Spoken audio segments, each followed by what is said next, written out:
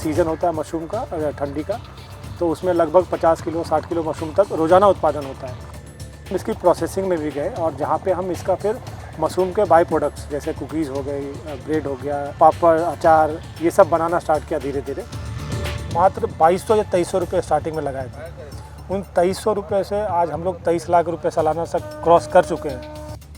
आज तीसरे साल में मैं ये कह सकता हूँ कि मैंने 1000+ लोगों को ट्रेन किया है और कहीं ना कहीं उनकी जीविकोपार्जन में कुछ एक मेरा योगदान रहा। पटना में हमारा एक आयोजन हुआ था जिसमें इंग्लिश बोलने पर नीतीश कुमार ने डांटा था। अगर कुछ करने के लिए आप ठान लें तो स्थितियां अपने आप बदल जाती हैं। ऐसा ही कुछ हुआ अमित कुमार के साथ, जो बिहार के लखीसराय में रहते हैं।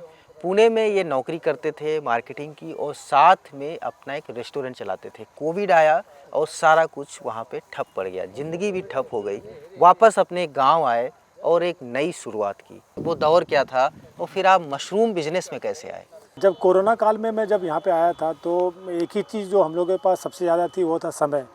और उस समय को बिताने के लिए हम लोग यहाँ पे ये बगीचा जो आप देख रहे हैं इसमें आता था। और यहाँ आने के बाद जब ये बिल्कुल इनफर्टाइल लैंड था तो फिर मन में आया कि चलो क्यों ना कुछ एग्रीकल्चर के फील्ड में कुछ किया जाए। और उस समय मशरूम उत्पादन की जो एक थोड़ी सी ट्रेनिंग थी वो कृषि विभाग से मिली और उसके बेसिस पे हमने फिर 50 बैगों से ये जर्नी जो है स्टार्ट की थी।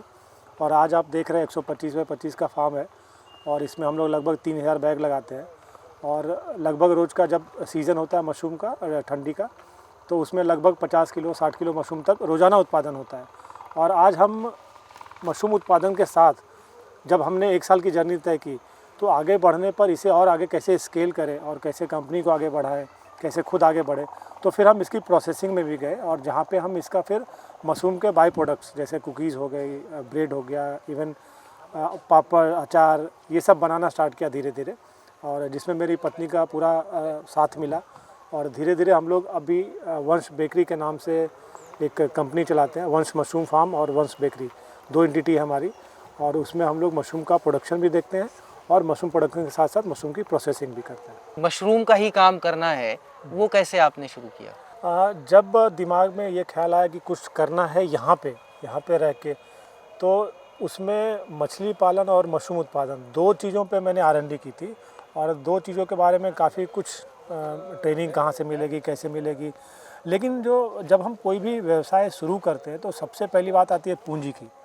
तो मशरूम और मछली में सबसे बड़ा डिफ्रेंशिएटिंग फैक्टर यही मुझे लगा कि उसमें मुझे 4-5 लाख रुपए एक बार लग रहे थे और यहाँ पे मुझे 4-5 हज़ार में शुरुआत हो रही थी। तो मैंने सोचा चलो ठीक है, अभी जो माहौल है, जो बाज़ार है, बिल्कुल नीचे था वो। तो उस माहौल को देखते हुए मैंने सोचा पहले मशरूम उत्पादन की ओर बढ़ते हैं, यहाँ कुछ अच्छा हो जाएगा तो फिर इसमें कंटिन्यू करेंगे और फिर मछली वाला तो है ही, एक प्रोजेक्ट तो है ही। तो फिर यहाँ पे हमने शुरुआत की और उसमें बिलीव यू मी मैंने मात्र 2200 या 2300 रुपये स्टार्टिंग में लगाए थे।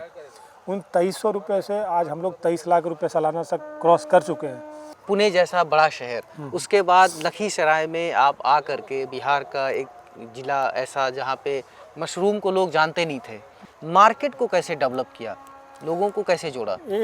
जब हम लोग जॉब कर रहे थे ना तो उसमें कैसा होता है, कंपनीज़ में एक CSR करके एक्टिविटीज़ होती है, कॉर्पोरेट सोशल रिस्पॉन्सिबिलिटीज़। उसमें कैसा होता है, कंपनी आप कितनी भी बड़ी कर ले लेकिन सोसाइटी के लिए आप क्या कर रहे हैं ये भी एक मायने रखता है। तो उन चीज़ों पे हमने काम किया था जब मैं MNCs में काम करता था। तो यहाँ पे आने के बाद भी मुझे क्या लगा कि अभी जो पढ़ाई हमारी हुई, हम लखीसराय से बाहर गए, वहाँ पे पढ़ाई की, वहाँ पे जॉब किया, लेकिन at the end of the day आप अपने गांव के लिए, अपनी सोसाइटी के लिए क्या कर रहे हैं।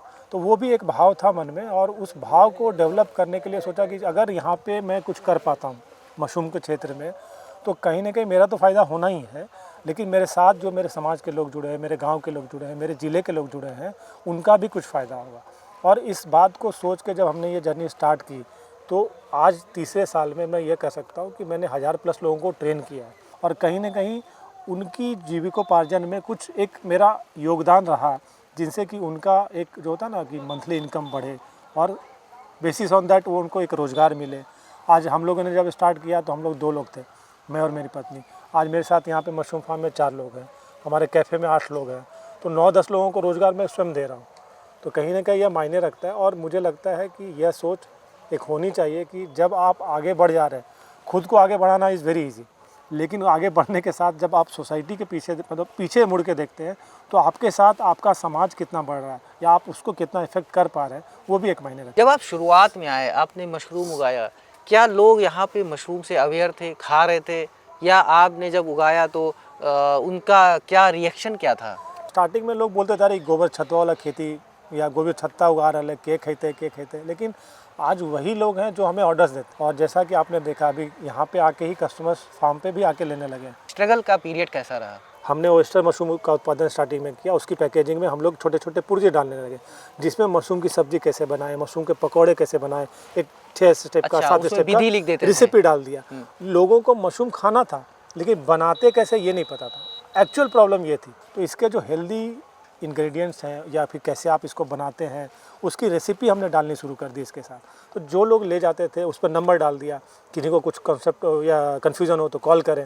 तो बहुत लोगों के कॉल आने लगे कि पकौड़ा बना रही है, बताओ इसका कैसे लपेटिए, कैसे छानिए। अच्छा। तो ये जो धीरे धीरे एक अवेयरनेस लगा, समय 6 महीने लगे, साल भर लगे, लेकिन जो लोगों को बनाने एक बार आ गया वो लोग हमेशा हमेशा प्रेफर करते थे मशरूम खाना। और मेरी जो एक्चुअल सेलिंग है, मेरी पर्सनल सेलिंग ज़्यादा हुई। मैं मंडी की तरफ सबसे लास्ट में गया क्योंकि मंडी कैसा, वहाँ पे आपको रेट आज कम मिलेगा, कल ज़्यादा मिलेगा, परसों कम मिलेगा, और रेट इतना फ्लक्चुएट होता है। तो आपके जो सीजनल पे जो खेती करने वाले लोग हैं, अगर सिर्फ मंडी पे डिपेंड करेंगे तो आपको हमेशा नुकसान मिलेगा। लेकिन जैसे आपके जो पर्सनल, अभी फार्म पे कोई आया और मैंने उसको 250 रुपये केजी अभी आपके सामने मशरूम दिया, कोई इसमें कहीं भी मेरा कॉस्टिंग कुछ भी नहीं है, मुझे logistic cost zero, marketing cost zero. तो वो जो प्रॉफिट है वो that is the actual profit of me. तो ये मंडी पे डिपेंड करना, मैं सजेशन देना चाहूँगा कि मंडी पे ही सिर्फ डिपेंड ना करें बल्कि अपने आसपास एक मार्केट क्रिएट करें जहाँ पे कस्टमर आपके पास आए। वो क्या घटना है जो आप बता रहे थे कि आपने शादियों में मशरूम को चर्चित कर दिया? उस शादी में चर्चा हुई कि पनीर आजकल नकली आने लगा है तो क्यों ना मशरूम बनाया जाए। तो चूँकि हलवाई जो रहते हैं उनको जिसमें हाथ जमा है वो प्रेफर करते हैं कि वो डिश ज़्यादा बने। तो मशरूम के लिए उसने बोला नहीं मशरूम उतना अच्छा बन नहीं पाएगा या मशरूम उतना अच्छा नहीं, पनीर ही मंगा लीजिए।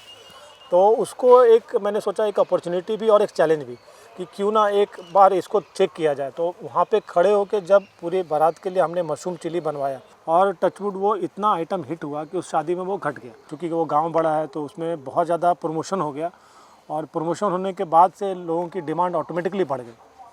और एक इंसिडेंट हुआ था मेरा सेकेंड स्टेप जब मैं बहुत आगे बढ़ा। एक बार पटना में हमारा एक आयोजन हुआ था जिसमें इंग्लिश बोलने पर नीतीश कुमार ने डांटा था। तो वो किसान मैं ही था। तो उस समय भी क्या हुआ कि मेरा भला हो ना हो लेकिन मशरूम का भला ज़रूर हुआ। और जो लोग मशरूम नहीं जानते थे, जो लोगों को लगता था क्या है नहीं, वो लोग भी ट्राई करने लाओ 1 किलो। खबर चर्चा में आ गई। बिल्कुल। तो उस डांट से आपके बिजनेस को बहुत ज़्यादा ग्रोथ मिला, बहुत ज़्यादा ग्रोथ मिला। और मुझे ऑल ओवर इंडिया से कॉल आए उस समय। तो अमित जी, हम यहाँ प्रोडक्शन हमने देखा और कैसे आप बनाते हैं। अब हम आपके उस कैफ़े जाना चाहेंगे और आपकी धर्मपत्नी जिसमें तरह तरह की डिशेस बनाती हैं जिनका बड़ा योगदान रहा है। तो हम अभी चलते हैं इनके मशरूम कैफ़े में। तो हम अभी पहुँचे हैं लखीसराय में वंश मशरूम कैफ़े में। दीपिका जी, ये जो फैसला था कि पुणे से आपको यहाँ पे आना है, कैसा लग रहा था जब वापस आए? वो इस्टेब्लिश कैसे किया आपने मशरूम कैफ़े को? पहले जब मैं आई तो मुझे समझा ही नहीं कि कैसे क्या करना है क्या नहीं करना है। उसमें अमित, तो जैसा कि आपने बताया पहले कि अमित मशरूम का स्टार्ट कर चुके थे प्रोडक्शन, अमित मशरूम में पूरा लग चुके थे। फिर लगा कि मशरूम को कैसा ना उत्पादन करना आसान था बट उसको सेल करने में बहुत परेशानी आई। ऐसा भी समय था कि अमित बैग में मशरूम डाल के हर जगह ले गए, मशरूम है मेरे पास, ऐसा बताए लोगों को। बहुत सारा मशरूम हम लोगों का ख़राब हो जाता था क्योंकि कुछ समझ में नहीं आता था कि वो मशरूम को क्या करें, क्योंकि मशरूम का लाइफ ज़्यादा होता नहीं है। फिर हम लोग क्या किए कि मशरूम को सुखाने लगे, ड्राई करने लगे। जब मशरूम ड्राई करने लगे फिर उसको ड्राई करने के बाद उसका आटा बनाए और फिर उससे कुछ अपना प्रोडक्ट बनाए। दर्शक साथियों को बता दूं कि रस खाए होंगे, मैदे के खाए होंगे, मशरूम के रस हैं, मैंने तो खा लिए हैं। मशरूम के बिस्किट हैं जो आधे ख़त्म कर चुका हूँ। मशरूम का मोमो है जो शायद ही कहीं आपको मिले। अब आगे आप बताएं और कैसे अलग अलग चीज़ें आपने एक्सप्लोर कैसे करी? एक्सपेरिमेंट जो बोलता है ना, practice makes a man perfect, तो वो यहाँ आजमाए हम लोग। और थोड़ा थोड़ा हर चीज़, पहले थोड़ा सा कुछ ख़राब भी हुआ, कुछ संभला भी। कभी मशरूम का कुछ डिश बनाए, जैसे मशरूम मेथी मटर मलाई, मशरूम मसाला। तो पहले वो घिसा पीटा जो मसाला बनता है, जो रेस्टोरेंट वगैरह में बनता है, वैसा ही वो बनता आ रहा था। तो उसमें हम घरेलू नुस्खे आजमाने लगे। मम्मी दादी लोग क्या करती थी, पहले मलाई घर पे दूध बॉयल हुआ, उसका मलाई निकाल के वो करने लगी। वही सब से हम लोग भी अपना बनाना स्टार्ट किए। और फाइनली आप लोग देख रहे हैं अभी, जैसे ये मोमोज़ है हमारा, ये हम लोग डिमांड पे ही बनाते हैं। मशरूम का ये कुरकुरे मोमोज़ है। नॉर्मली आप मेरे कैफ़े आइए तो वहाँ आपको कुरकुरे मोमोज़ मिलेगा, बट मशरूम का जो कुरकुरे मोमोज़ रहेगा वो अपना हम लोगों का डिमांड पे ही बनता है। तो अमित जी, ये जो आपको तो हाई प्रोटीन डाइट मिलती होगी सुबह शाम, आपने अब कितना संतुष्ट हैं इस कैफ़े के बाद आपका प्रोडक्शन, कि पुणे से नौकरी करके आप आए और यहाँ पे इस्टेब्लिश किया, आप दोनों लोग अपने काम से कितना संतुष्ट हैं? बिल्कुल 100% हम लोग सेटिस्फाइड है। और अभी तक की जो हमारी जर्नी रही है पिछले 3 साल को की लगभग, उसमें जो हमारा ग्रोथ हुआ है वो काफ़ी अच्छा है। और अगले जो हमारे 3 साल या 5 साल की जो जर्नी है, जो हमने प्लान की है, अगर वो सारा काम अच्छे से होता रहा तो आपको कुछ इंडिया लेवल पे इनोवेटिव प्रोडक्ट्स भी देखने को मिलेंगे। और ऐसे अब कैसा है कि हम लोग एक सेट हो चुके हैं। अभी हमारा प्रोडक्शन हो रहा था, प्रोडक्शन हो चुका है, प्रोसेसिंग में चीज़ें बन के टेस्ट होके मार्केट में हम लोग ऑलरेडी दे रहे हैं। अब एक चीज़ जो बची है वो है ब्रांडिंग की, क्योंकि डिजिटल का ज़माना है। तो अब हम लोग डिजिटली उतर रहे प्लेटफॉर्म्स पे, और नेक्स्ट फिनेंशियल ईयर में मार्च के बाद हमारी ब्रांडिंग पैकेजिंग करके ऑल ओवर इंडिया सप्लाई करेंगे। और नेक्स्ट लेवल में हम लोग एक्सपोर्ट इंपोर्ट की भी बात कर सकते हैं, बट वो अभी काफ़ी दूर है। बट पहले इंडिया लेवल पे हम लोग ब्रांडिंग करके डिजिटल प्लेटफॉर्म्स पे इसको बहुत जल्दी अवेलेबल करने वाले हैं। तो ये अमित जी और दीपिका जी हमें बता रहे थे कि कैसे कोविड में ये आए और उन्होंने मशरूम का अपना बिजनेस शुरू किया और तरह तरह की चीज़ें बनाई। अगर आप अच्छा खाना चाहते हैं, बिहार से हैं, प्राउड बिहारी के तौर पे आप लखीसराय कभी गुजरे तो मशरूम कैफ़े ज़रूर आएँ, और यहाँ पे तरह तरह की डिशेज मिलेंगी जिसमें आप खा के अपना स्वास्थ्य भी बरकरार रख सकते हैं और नई नई चीज़ें आप देख भी सकते हैं। मनीष मिश्रा, गाँव जंक्शन। गाँव जंक्शन को सभी सोशल मीडिया प्लेटफॉर्म्स पर फॉलो करें। व्हाट्सएप चैनल और जीमेल आईडी पर भी संपर्क साध सकते हैं।